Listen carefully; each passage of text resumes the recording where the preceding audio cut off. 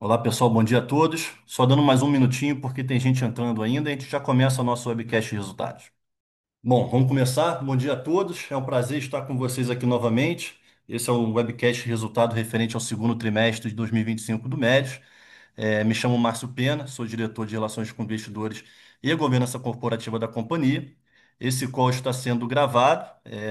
Posteriormente, vamos colocá-lo no nosso site de Relações com Investidores e também temos tradução simultânea que pode ser acessada com o link de interpretação na tela, na parte de baixo da tela. Comigo hoje aqui temos o Gabriel Loures, CEO da companhia, e o Jael Salmen, que é fundador e presidente do Conselho de Administração da companhia. Tá? Vou passar a palavra para o Gabriel para a gente começar nossa apresentação e comentários iniciais. Bom dia a todos. É um prazer estar aqui hoje. Eu acho que, como vocês viram, né, no nosso release tivemos um resultado muito forte, tanto operacionalmente quanto na estratégia de Bitcoin. E a gente vai hoje comentar um pouco sobre esses resultados. Pode passar uma página, por favor? É, e começando, né, a gente sempre divulga, né, para o mercado que o nosso principal objetivo desde o início da nova estratégia é a geração de Bitcoin Yield. Então não podia deixar de começar essa apresentação de forma diferente. A gente conseguiu atingir no segundo trimestre 25 versus o primeiro trimestre um Bitcoin Yield de 908%, resultado super relevante. E isso vem do fruto de duas grandes partes, né, de dois grandes blocos. O primeiro é o resultado operacional. A gente atingiu 75 milhões de EBITDA contábeis nos últimos 12 meses, ou 12 milhões de EBITDA no segundo trimestre de 25, e nosso resultado, né, o nosso lucro líquido foi muito forte. Esse resultado operacional permite que a gente gere caixa e este caixa é utilizado para compra de Bitcoin e geração de Bitcoin Yield.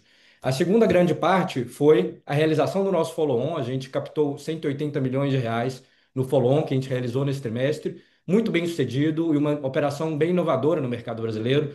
Pela primeira vez, uma empresa fez uma captação com a quantidade de warrants, né, e opções que a gente colocou no mercado, teve super boa aceitação. Eu acho que isso prova a nossa capacidade aqui de criar instrumentos financeiros e acessar o mercado de capitais de forma acretiva aos nossos acionistas, né? Ou seja, de forma que a gente entregue mais Bitcoin por ação a cada captação. Então, a soma desses dois resultados aqui geraram esse Bitcoin Yield de 908%, que prova que esse primeiro mês completo, nesse primeiro trimestre completo da nossa operação, foi muito bem sucedido.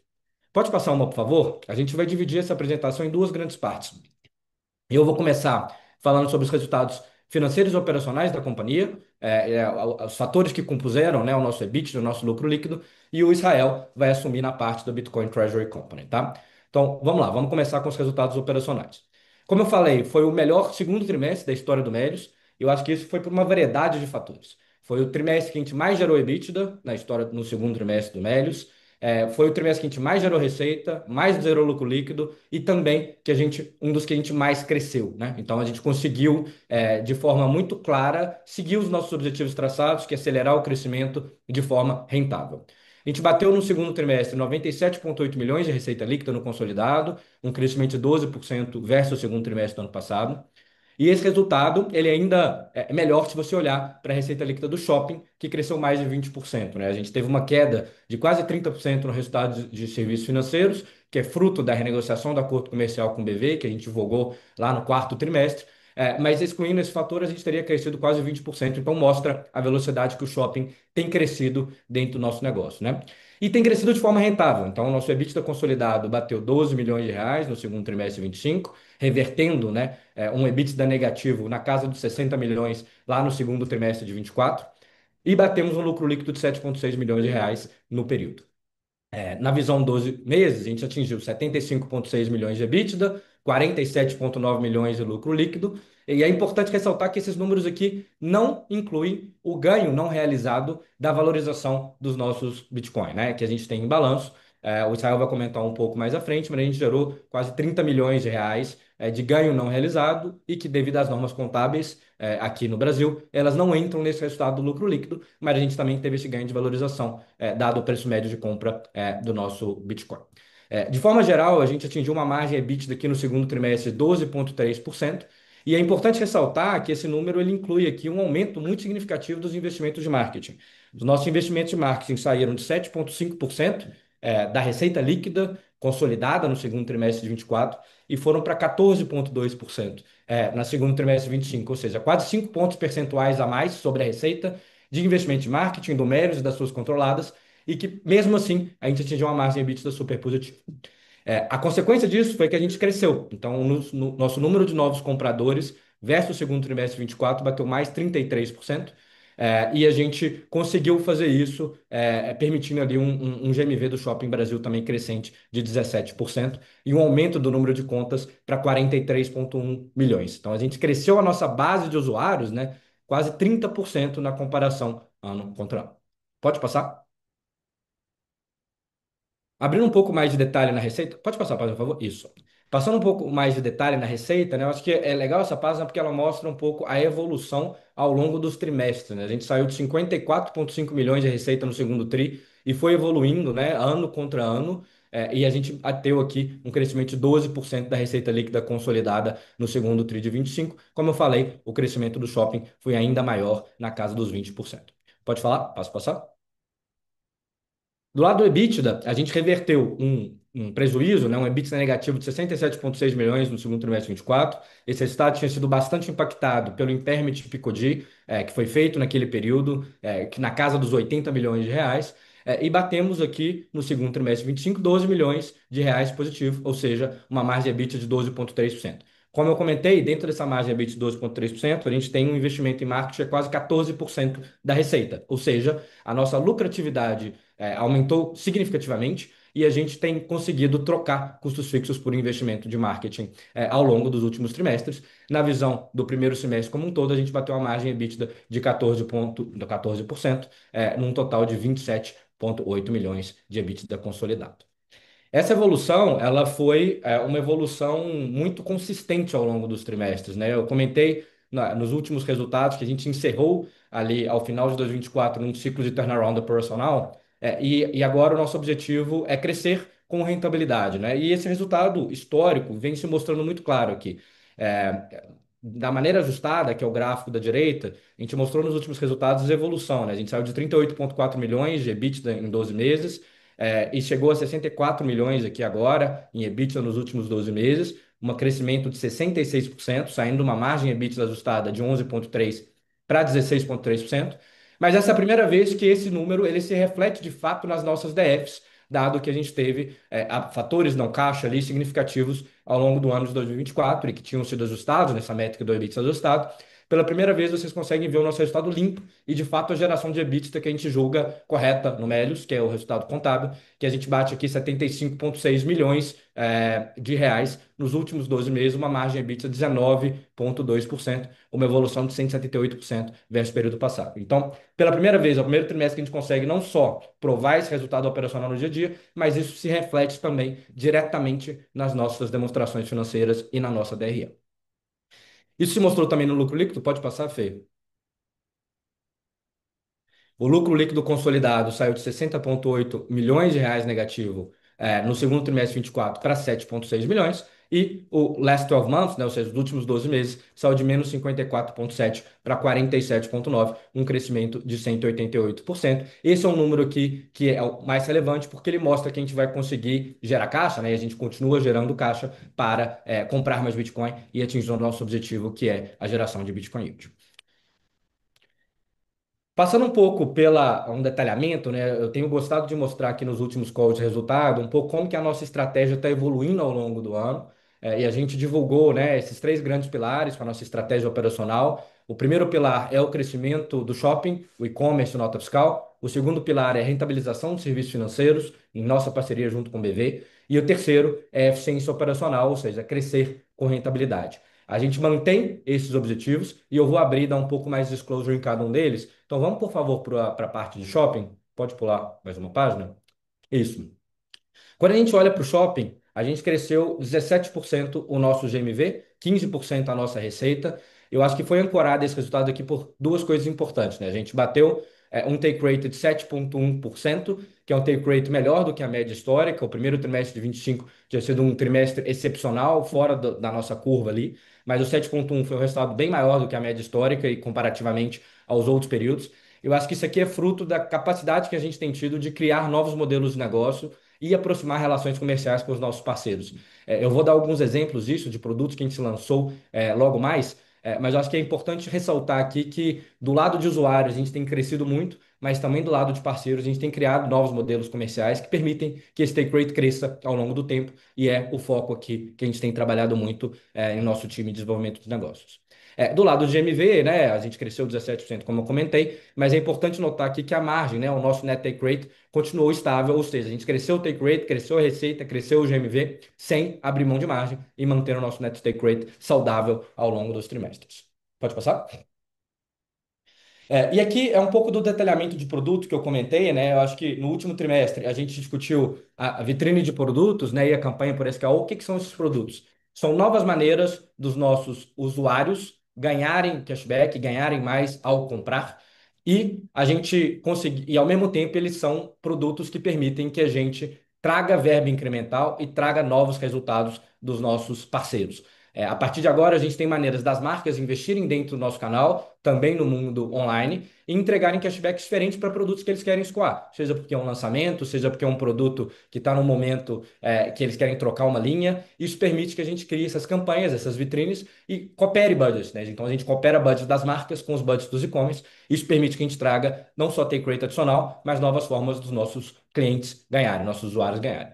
Mas além disso, a gente tem trabalhado aqui para desenvolver outros modelos de negócio. Aqui a gente trouxe três exemplos. A gente concluiu, né, ao longo do segundo trimestre o lançamento e o go-to-market de uma nova vertical de negócio, que é o Melios in Story, que tem sido muito bem sucedido, já gerando resultados bastante significativos de forma recorrente, que é a tecnologia do Melios para levar benefícios, vendas e campanhas para o ponto de venda físico. Então, ela é a maneira que a indústria tem trabalhado para gerar insights dentro do próprio PDV físico, e isso permite que a gente traga a lógica, né, de campanhas por performance, de verba de performance, também para o mundo físico. Além disso, a gente está desenvolvendo dois grandes produtos. Um é o Melios Performance Network, que são maneiras das redes de varejo parceiras trazerem benefícios exclusivos para a nossa base de usuários em pontos de venda específicos. Isso está em desenvolvimento e tem avançado super bem. E o segundo é a plataforma de pesquisa que a gente tem feito junto com o parceiro para conseguir entregar uma maneira self-service para os nossos parceiros gerarem insights qualitativos com a nossa base e de forma muito concreta, né? A gente pega usuários que tiveram um comportamento de compra e tenta entender os porquês por disso. Esses são três exemplos aqui que mostram que a gente tem tentado aumentar o nosso total addressable market, né? Ou seja, a gente traz hoje como o business core, né, do e-commerce, ele tem como principal foco as verbas de marketing e de performance dos nossos parceiros do varejo online. Aqui a gente tem trago maneiras de trazer outras verbas, tanto das marcas quanto trazer verbas recorrentes que venham ali de tecnologia ou de inovação. E isso tem tido bastante sucesso, porque a gente tem conseguido aumentar esse addressable market além do crescimento da base de usuários. Pode passar? Eu queria mostrar um exemplo disso, tá? Então, como que a gente tem feito isso?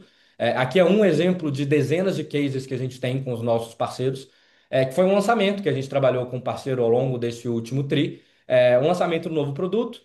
O parceiro queria fazer uma experimentação, né, em ponto de venda, e a forma tradicional que se faz experimentação em ponto de venda ela é ineficiente, ela tem um custo alto, que você tem que levar pessoas, você tem que levar, tem que fazer toda a logística. Ela é difícil de mensurar, porque você não consegue de fato entender qual que é o custo de aquisição de um novo cliente, quanto que você está gastando para fazer aquela pessoa experimentar e quanto que ela voltou para comprar de novo. Então, esse é o segundo grande fator, ela é não mensurável. E o terceiro fator é que é muito difícil segmentar a base que você está entregando um benefício. Você leva uma experimentação ponto de venda, quem vai experimentar são as pessoas que estão lá no ponto de venda a cada dia. Aqui a gente conseguiu entregar uma campanha que atingia cada um desses grandes objetivos. A gente atingiu mais de 3 milhões de pessoas no público-alvo desse parceiro, que era um público com renda alta, um público fitness, um público focado na tendência, né, de saudabilidade. A gente conseguiu atingir um crescimento de 6 pontos percentuais no market share daquele produto dentro da nossa base ao longo da campanha, então resultado super expressivo. E mais do que isso, a gente conseguiu mensurar o resultado de recompra. 15% das pessoas que experimentaram foram lá e recompraram em preço cheio no primeiro mês pós-campanha. E a gente teve uma redução do CAC, ou seja, do custo de aquisição daqueles clientes, em 30% nessa campanha, versus o que seria um CAC normal no mundo físico. Esse aqui é um exemplo, mas na prática o que a gente tem conseguido criar aqui com as marcas é uma lógica de lifetime value do cliente e uma lógica de custo de aquisição com o cliente, que é trazer a verba de performance, trazer o marketing de performance, que hoje é exclusivo ao mundo online, também para o mundo físico. E esse é um dos exemplos de maneiras que a gente tem crescido o nosso addressable market e gerado cada vez mais valor, tanto para os nossos parceiros quanto para os nossos usuários. Obviamente, isso aqui gera muito valor e novas possibilidades dos usuários comprarem também no mundo físico. Esse é o highlight que eu queria trazer aqui de shopping. Vamos trazer um pouquinho de serviços financeiros, se puder passar 2 páginas. Olhando para serviços financeiros, a gente cresceu a nossa base de contas abertas, né, digitais, junto com o Banco BV, em mais de 100%, a gente mais que dobrou ano contra ano. Então, a gente já está com 4,5 milhões, de contas digitais abertas, que são usuários que usam o Melios dia a dia, na parceria com o BV, para fazer seus Pix, para fazer suas transações, para investir. E essa é a base de usuários que a gente consegue penetrar com os nossos serviços financeiros e um deles é a nossa base de cartões. A gente bateu uma base de 262 mil cartões ali no segundo trimestre de 25. Esse crescimento de cartões tem sido modesto, até pelo cenário de crédito e garantias, né? A gente quer garantir que essa base de usuários seja saudável, tanto para Melios quanto para BV, mas é um crescimento aqui, contra a comparação, né, ano contra ano, bastante significativo de quase 100% na nossa base de cartões emitidos. Além desses 2 produtos básicos, que já existem há algum tempo, a gente lançou, né, ao longo do segundo trimestre, 2 grandes produtos e fizemos o go-to-market deles. Então, a gente já tinha também o cofrinho, né, que era um investimento líquido para os usuários. A gente concluiu o nosso investimento em CDBs. Então, hoje o usuário consegue investir em diversos CDBs ali de rentabilidades diferentes, de prazos diferentes, em parceria com o Banco BV, com condições, inclusive, bastante agressivas e bastante competitivas no mercado. Assim como o nosso produto seguros, que é um seguro. A gente lançou um seguro de conta e cartão, né? Então protege proteção contra Pix, proteção contra roubo, proteção do cartão de crédito. É um produto extremamente competitivo, com condições melhores, inclusive, que os principais benchmarks aqui do mercado. E são 2 produtos que também funcionam numa lógica de acúmulo de cohorts, ou seja, a base de usuários que vai entrando tem uma retenção muito boa, porque ela mantém o investimento aqui dentro da nossa plataforma. A base que entra nos seguros, ela mantém com o seguro ativo por algum tempo. Então a gente garante que esses produtos vão ser incrementais ao longo do tempo e a gente está muito animado com esse acúmulo de cohortes que vem desses 2 produtos e com a geração de resultados futuros deles. Olhando para frente, a gente pode voltar, por favor, uma página, mas volta, por favor. Isso. Olhando para frente, a gente tem trabalhado aqui para desenvolver produtos de serviço financeiro junto com o BV, mas eu queria também dar um highlight no produto que a gente está trabalhando, que é a compra e venda de bitcoins dentro do nosso aplicativo e o CryptoBack, que é a pessoa poder escolher, não, o nosso usuário poder escolher em receber o cashback dele diretamente em Bitcoin na nossa plataforma. Então, aqui, além do óbvio sinergia com o nosso business, né, e com a nossa estratégia como Bitcoin Treasury Company, e até talvez a nossa responsabilidade aqui como companhia que quer transformar, né, o Bitcoin cada vez mais conhecido dentro do mercado brasileiro, eu acho que a gente tem um potencial muito interessante aqui, tanto de aquisição de usuários quanto de retenção de usuários com essas features, porque naturalmente são features novas e que permitem que a gente traga um público específico que investe em Bitcoin, que conhece Bitcoin e que acredita que é a grande reserva de valor, assim como a gente. Essa possibilidade aqui, a gente acredita muito que vai gerar resultados futuros, não só para a estratégia de Bitcoin como um todo, atrair novos clientes, atrair novos investidores para o Melios, mas principalmente também gerar resultado concreto de EBITDA e lucro para o nosso resultado. Pode passar? E aí, falando do terceiro bloco, né, de eficiência operacional, eu queria ressaltar que talvez o slide mais importante da nossa apresentação, que é o próximo, que como que a gente tem evoluído em termos de eficiência, em termos de investimentos, né? Então, quando a gente olha as despesas fixas do business desde o primeiro trimestre de 23, elas estão numa trajetória de queda muito elevada. E dentro dessas despesas fixas, a gente tem o nosso investimento de marketing, que começou a crescer de forma significativa a partir do segundo trimestre do ano passado, exatamente há um ano atrás. No segundo trimestre do ano passado foi quando a gente percebeu que a gente estava já num número de um percentual, né, de despesas fixas dentro da nossa base, que era bastante razoável, e a gente começou a investir mais em marketing. Então, vocês veem esse número ali sair de 7% da receita líquida para 12% na visão last 12 months, ou seja, na visão acumulada, e esse é um crescimento constante dos nossos investimentos para crescer mais rápido. Ao mesmo tempo, essas despesas fixas versus a receita líquida, elas continuaram caindo e agora estão estáveis, Mas, de novo, com o investimento de marketing que está dentro dessas despesas crescendo. Ou seja, a gente está trocando custos que não geram receita, custos com fornecedores, custos fixos com escritório, material e etc., por custos e investimentos em marketing que vão permitir que a gente cresça cada vez mais rápido. Então, como eu comentei, olhando exclusivamente para o segundo trimestre de 25, a gente saiu de 7,5% da nossa receita líquida sendo investida em marketing lá no segundo trimestre de 24 para 14,2%, ou seja, crescemos mais de 7% o nosso investimento sobre receita líquida dentro do segundo trimestre de 25. E a visão no last 12 months foi essa: saímos de 7% nessa visão 12 meses para 12% no segundo trimestre de 25. A consequência disso é a aceleração do crescimento. Então a gente está com 59% mais usuários ativos no nosso app na comparação com o segundo trimestre do ano passado e 33% novos compradores. Usuários ativos, obviamente, mostram quantos usuários estão transacionando, acessando e utilizando o nosso aplicativo. E essa métrica de novos compradores, ela é ainda mais interessante porque ela é a segunda derivada do crescimento.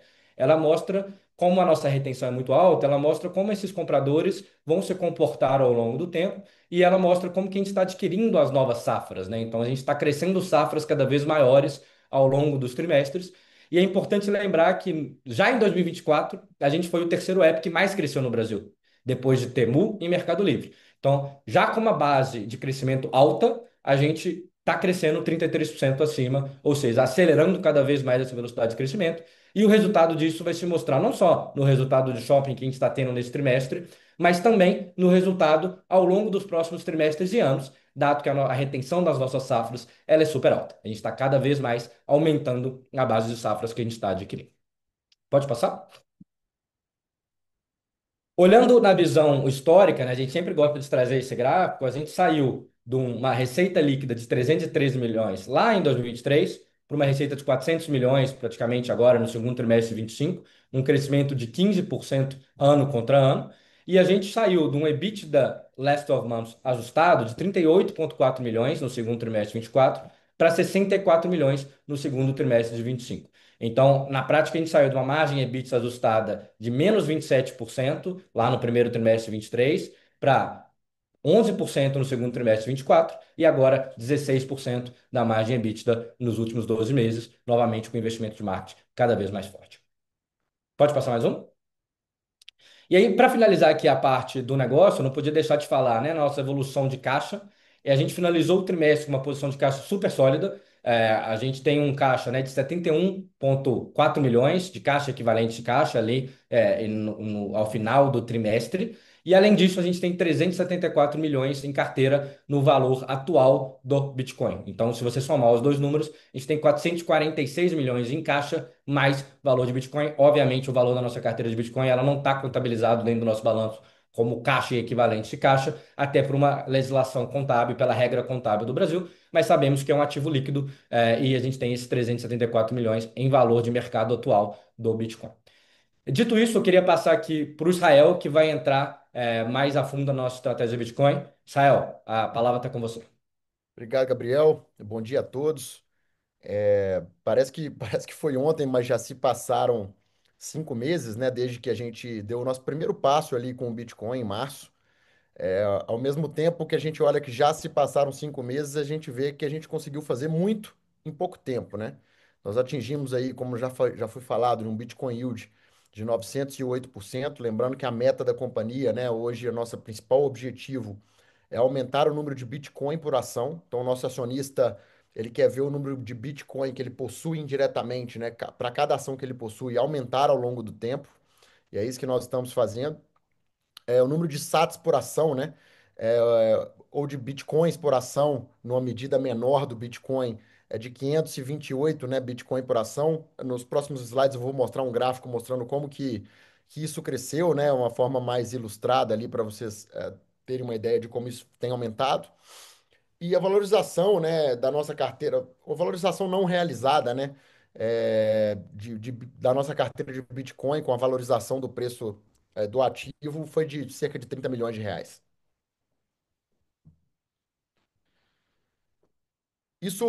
Esse gráfico na tela, né, é um gráfico que traz ali o preço da nossa ação ao longo desse ano, mas também traz o volume negociado é, na bolsa, né, ali no mercado à vista. do nosso papel, né? E o quanto que isso tem mudado ao longo do tempo. A primeira compra de Bitcoin foi em março, né? A primeira compra ali de 10% do caixa foi em março, mas foi em abril que nós convocamos a AGE para de fato mudar a estratégia da companhia para a companhia se tornar uma Bitcoin Treasury Company, né? De ter esse objetivo principal de aumentar o Bitcoin, a quantidade de Bitcoins por ação.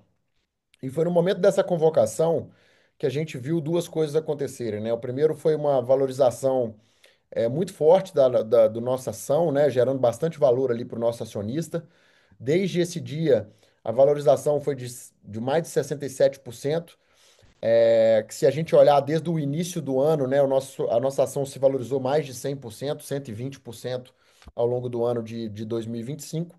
E o volume negociado, né, que antes estava bem baixo, na casa ali de 2, 3, 4 milhões de reais por dia, o que dificultava bastante que investidores um pouco maiores, né, montassem posições e se tornassem acionistas da companhia.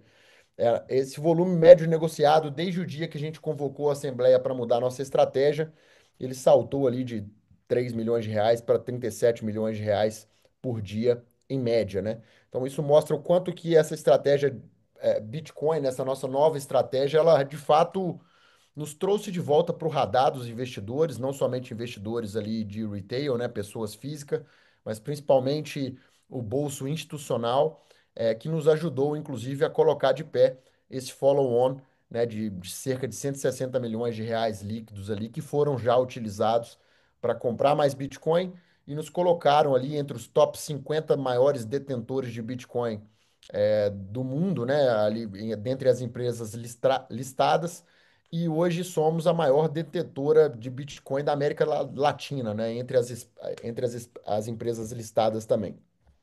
Pode seguir, por favor. Então, eu trouxe essa representação gráfica aqui, mostrando que o nosso acionista, né, que eventualmente possuía as ações, né, no primeiro trimestre desse ano, no momento que a gente fez uma aquisição ali de 10% do nosso caixa, esse mesmo acionista hoje, para cada ação que ele possui 10 vezes mais Bitcoin diretamente devido a esses movimentos que nós fizemos, seja usando o nosso caixa para comprar mais Bitcoin, seja usando a geração de caixa do negócio para comprar mais Bitcoin, seja essa emissão de ações que nós fizemos, né, o nosso follow-on, que nos permitiu fazer uma compra ainda maior, né, um pouco maior, e trouxe e aumentou bastante ali o número de Bitcoin por ação do nosso acionista, né? O nosso preço médio de compra hoje está próximo da casa de 103 mil dólares, né? A gente sempre prefere acompanhar aqui esses números em dólares. Mas, como a gente sempre fala, né, nós não temos um preço-alvo para esse nosso ativo. O nosso horizonte de investimento é para sempre. Então, a gente não pretende vender esse ativo, a gente só pretende comprar e usar do nosso caixa, usar da geração de caixa e usar do mercado, né, para emitir follow-ons, como fizemos, para comprar mais. Então, a gente traz a representação aqui do preço médio de compra e de quanto que eventualmente isso se valorizou de lá para cá, mas sabendo que o nosso interesse é manter esse ativo aqui no nosso balanço e continuar aumentando, né, o número de Bitcoin que nós possuímos. Esse início de uma, esse início, né, de estratégia de uma Bitcoin Treasury Company, a gente conseguiu fazer muita coisa, mas ao mesmo tempo eu diria que a maior parte do trabalho que nós fizemos desde de quando a gente começou, ele está nos bastidores e ainda não consegue ser visto. Muito trabalho para colocar de pé várias estruturas que poderiam nos ajudar a fazer novos tipos de emissões no futuro, a ser mais ágil, a ter menos custo para trazer capital de investidores. Então, tem uma série de coisas mais burocráticas, né, que a gente veio trabalhando e vem trabalhando nos últimos 5 meses e que a gente se sente mais preparado a cada dia, né? Uma dessas coisas mais burocráticas é a própria listagem, né, nos Estados Unidos. A gente deu entrada lá para a gente começar ter uma ADR listada nos Estados Unidos e começar a ter uma liquidez maior nas nossas ações, né, conseguindo atingir esse mercado americano e trazendo investidores interessados na tese para investir no nosso papel. Então, isso demora mais tempo, né? Nós temos um prazo que foi divulgado em um fato relevante recente, da nossa expectativa para a gente estar listado lá fora. Então é algo que demora tempo, mas depois de realizado e de concluído ali, a gente começa a colher bons frutos, né? Eu dei apenas um exemplo aqui. A gente tem uma série de outras iniciativas que nós estamos tocando e a gente está bem animado que, à medida que a gente for entregando essas iniciativas, a gente vai conseguir, enfim, ser uma Bitcoin Treasury Company mais ágil, mais eficiente. Pode seguir, por favor. Eu trouxe esse slide aqui só para quebrar um pouco do nosso valuation, né, do market cap da companhia hoje. O market cap da companhia, e aqui eu estou pegando uma data de 5 de agosto, tá? Era próximo de 600 milhões de reais, enquanto a companhia possuía nessa mesma data 71 milhões de reais em caixa e um NAV, né, uma quantidade de Bitcoin em balanço de cerca de 374 milhões de reais. Se a gente exclui esse caixa e essa quantidade de Bitcoin do market cap que hoje nós estamos sendo negociados, isso leva a companhia para um valor de mercado, né, um enterprise value ali ajustado de 166 milhões de reais. Se considerarmos, né, o EBITDA dos últimos 12 meses de 75,6 milhões de reais, e fizermos um múltiplo de EV/EBITDA, né, de Enterprise Value dividido pelo EBITDA, a gente está hoje sendo negociado, né, o mercado hoje nos valoriza a 2,2 vezes o EBITDA dos últimos 12 meses da companhia. Eu estou mostrando tudo isso aqui para mostrar, para falar duas coisas, né? A primeira é que a companhia, né, está sendo muito bem tocada ali pelo Gabriel, pelo time. Os resultados estão cada vez melhores e a meta do Gabriel e a meta da companhia é continuar crescendo em número de usuários, crescer na parte de shopping, crescer na parte de serviços financeiros e no final do dia gerar caixa e que esse caixa possa ser utilizado aqui para a gente fazer mais movimentos como o Bitcoin Treasury Company, né? E o segundo é que a gente já tem uma posição relevante, né? Já somos os maiores detentores de Bitcoin da América Latina. Se nós colocamos o Bitcoin em nosso balanço, é porque esperamos que o Bitcoin, de fato, continue se valorizando como fez nos últimos anos. Acreditamos nesse ativo como o melhor ativo que a gente poderia ter na nossa tesouraria, mas isso não é o suficiente para nós, né? Nós estamos sempre buscando novas formas de trazer mais Bitcoin e aumentar o número de Bitcoin ali por ação para o nosso acionista. Então, uma das coisas que nós fizemos recentemente foi o follow-on, e nós estamos sempre estudando novas formas de ser ágeis ali, de ser agressivos para a gente continuar aumentando o número de Bitcoin que nós possuímos, né? Então, o nosso valor de mercado ele é construído dessas duas formas: o negócio que está sendo tocado ali pelo Gabriel e também a nossa tesouraria e o quanto a gente é eficiente trazendo mais Bitcoin para o nosso balanço e, obviamente, a gente vendo esse Bitcoin se valorizando com o tempo. Bem, podemos ir para o próximo slide aí. É só um convite que eu gostaria de fazer, né? Nós teremos agora o Q&A, né, Márcio, que vai acontecer aqui nesse mesmo link que nós estamos, um Q&A focado mais na operação de Melios, enquanto negócio, na operação de Melios em si, né, que vai poder ser, enfim, ser respondida aqui pelo Márcio, pelo Gabriel, eventualmente por mim também, as perguntas. Mas depois a gente vai para o X, né, para o antigo Twitter ali, a gente vai fazer uma sequência desse bate-papo. O link foi divulgado em comunicado a mercado nos últimos minutos. E a gente também espera vocês lá para a gente poder falar junto com três convidados que nós gostamos bastante, que entendem muito sobre Bitcoin, sobre as teses das Bitcoin Treasury Companies. E a gente vai fazer um bate-papo lá bem aberto sobre essa parte da companhia também e aguardamos todos vocês lá. Passo a palavra aí para o Márcio para ele conduzir o Q&A e todos sigo à disposição aqui também. Obrigado, Israel. Obrigado, Gabriel. É isso aí. Fica o convite para participar de um bate-papo, nosso primeiro bate-papo com convidados, né, via X, via o ex-Twitter. O link ele já foi enviado em forma de comunicado ao mercado, para o nosso mailing também, e está no nosso site. Está num pop-up, logo quando abre o site GR da companhia, tem um pop-up que leva para o link que vai ser esse bate-papo. Tá? Acho que vai ser algo bem legal, curto, nosso primeiro a partir de meio-dia de hoje. Bom, vamos às nossas perguntas e respostas. Vamos iniciar nosso Q&A. Para fazer pergunta, basta levantar a mão aqui na plataforma Zoom, que eu passo a palavra. Então, por favor, quem quiser fazer pergunta, pode sentir a vontade de levantar a mão.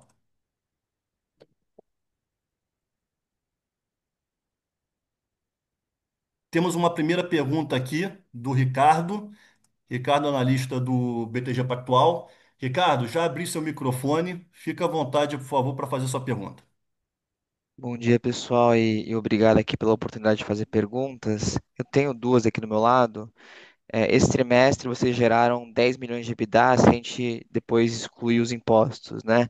Que se converteu numa geração de caixa operacional de uns 3, 4 milhões de reais também, se excluindo o resultado financeiro. Então seria interessante se vocês comentarem um pouco quais linhas estão impactando essa conversão de caixa e o que faz sentido a gente esperar para os próximos trimestres dela. E na minha segunda pergunta, né, vocês comentaram bastante de alguns investimentos de marketing que vocês estão vendo é, que pode trazer mais oportunidade de crescimento. Pensando nisso, faz sentido a gente esperar o GMV da companhia acelerando um pouco o crescimento já no segundo semestre? Quando vocês esperam que deve ter um retorno desses investimentos de marketing? Obrigado. Perfeito, obrigado, Ricardo, pelas perguntas. Eu posso pegar aqui e, por favor, Márcio, me complemente. Mas começando pela segunda, tá? Que é o crescimento do GMV. Eu acho que como você sabe, né, a gente sempre divulga, as nossas safras de usuários, ela tem uma retenção muito boa, né? Então o nosso business ele é predicado em construir novas safras e essas safras ali dentro do e-commerce serem retidas ao longo do tempo. Então, a gente obviamente não dá guidance para falar como que vai ser o GMV, né, dos próximos trimestres. Acho que uma boa proxy é olhar um pouco das últimas retenções que a gente divulgou, como que está a retenção das nossas cohorts, e avaliar com esse crescimento de 33% acima, né, de novos compradores, ou seja, novos usuários que entraram e o aumento do tamanho das safras, um pouco como que é o comportamento esperado. A gente tem visto essa ativação, né, de novos cadastros melhorando ao longo do tempo e trazendo novos compradores. A gente tem visto esses novos compradores se retendo na nossa plataforma de forma bastante significativa, cada vez melhor. E o que eu posso te dizer é que os nossos investimentos de marketing, a gente aumentou bastante, como eu comentei, mas a gente sempre acompanha muito de perto, tanto o payback quanto o ROI desses investimentos e garante que eles estão dentro do nosso retorno requerido, né? Então a gente não reduziu a nossa expectativa de retorno a cada real investido, a gente está conseguindo investir mais com o mesmo retorno do que antes, ou seja, mantendo aquele nosso payback de curto prazo e o retorno de curto prazo. Então, a expectativa é sim que, obviamente, esses usuários que estão entrando, eles gerem resultados no shopping e também nas outras linhas de negócio, né? Serviços financeiros, os novos produtos estão sendo lançados, o próprio nota fiscal, ao longo dos próximos trimestres, tá? Eu só não posso dar um número cravado. Sobre a pergunta, né, de conversão de caixa, obviamente você tem os itens ali abaixo do bit, né? Nossa depreciação, se você for olhar, é bastante controlado, um valor pequeno, temos os impostos, e fora isso não tem nenhum item extraordinário muito significativo ali que impacta na conversão, né, de EBITDA para lucro líquido. Então, o nosso foco aqui é garantir que a gente está gerando cada vez mais EBITDA em métricas, né, em linhas que impactam no caixa, ou seja, não só impactos contábeis, tanto é que se você for olhar o nosso EBITDA ajustado dos últimos 12 meses ele é menor do que o EBITDA contábil, né? Porque a gente ajustou para baixo o EBITDA, porque tinha um impacto não caixa ali no quarto trimestre de 24 da reversão de um earnout de uma das controladas nossas. Então, na prática, a gente tem poucos ajustes ali no EBITDA, ou poucos números ali do EBITDA que mudam essa conversão para o caixa, tá? Então, a expectativa aqui é crescer o EBITDA cada vez mais e, consequentemente, crescer também a geração de caixa para aquisição de Bitcoin. Como a gente divulgou, né, quando a gente começou essa estratégia, a gente tem um caixa mínimo, esse caixa mínimo vai ser respeitado, então a gente vai garantir que o business continua com um caixa mínimo para, enfim, para investir, para crescer e para garantir a sustentabilidade do negócio a longo prazo, mas geração de caixa a partir desse caixa mínimo, que a gente já se encontra nele, a gente vai fazer a aquisição de Bitcoin, então é provável que logo mais a gente tenha novas compras, tá? Obrigado pela resposta. Só um follow-up, pensando nessa conversão de EBITDA para o caixa, né? Eu entendo que tem alguns efeitos ligados com CAPEX intangível, né? Então, algumas despesas que se capitalizam, você tem a questão da variação de capital de giro. Faz sentido a gente pensar nos patamares que a gente viu no segundo trimestre como uma boa proxy do que esperar para frente, no quesito desse CAPEX intangível e capital de giro? Perfeito. Existe um capital de giro que vai variando bastante, né? Então, se eu for pegar ali nossas contas do balanço, ou contas a receber e ou contas a pagar, você vai ver que isso varia, né, ao longo dos trimestres. Eu tenderia a olhar um período um pouquinho maior para você ter uma comparação ali que não reflete, ou seja, que tem variações no balanço que são mais ou menos estáveis, tá? Dito isso, não teve nenhum efeito nesse trimestre, que prejudicou diferente do que vai acontecer em outro, mas obviamente esse ciclo de caixa vai variar dependendo ali, né, de pagamentos para os nossos fornecedores e de recebimentos dos nossos clientes. Tá claro, obrigado. Boa, obrigado, Ricardo. Temos uma nova pergunta aqui do Andrew, analista do Morgan. Andrew, seu microfone está aberto. Por favor, pode fazer sua pergunta. Hi, thanks very much for the question and all the color on the call. Maybe one on the operations, then one on the Bitcoin strategy.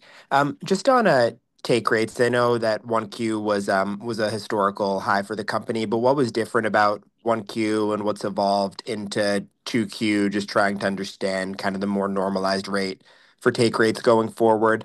And then second, on the Bitcoin strategy, I'm curious if you can elaborate a bit more what you can do with the Bitcoin, meaning I know you're trying to increase the number of Bitcoin per share, but other than this holding value, how can you treat Bitcoin as an asset, leverage in other ways? Curious your color there. Thank you.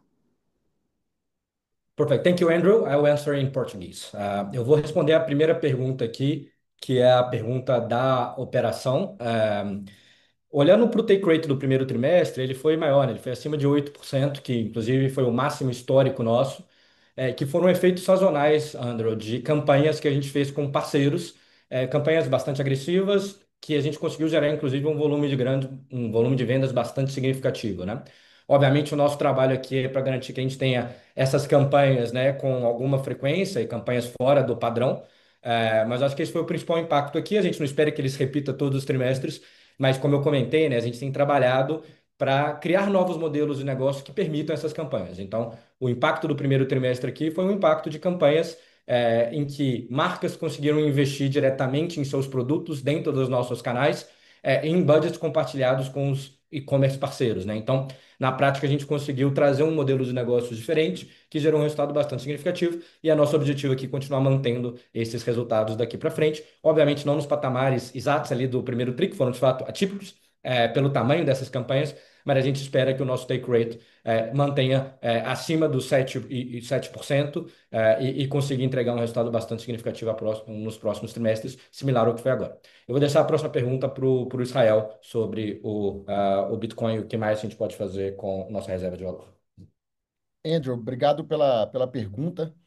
Nesse momento, né, a nossa estratégia é apenas comprar e acumular, manter esse Bitcoin aqui em tesouraria, guardado de forma segura, nos melhores padrões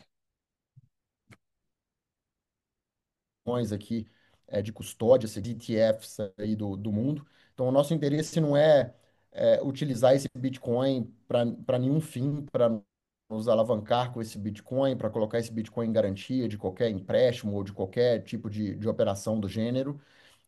O objetivo é, de fato, somente acumular, tá? E colocar cada vez mais Bitcoin aqui na tesouraria, mas fazer isso de forma acretiva para o acionista, né? Então, se eventualmente formos fazer um follow-on, como fizemos recentemente, tem que ser num determinado nível de preço, que essa conta de Bitcoin Yield fique positiva e a gente consiga sempre adicionar mais Bitcoin para o nosso acionista. Então, basicamente, é a forma que nós olhamos para o Bitcoin hoje.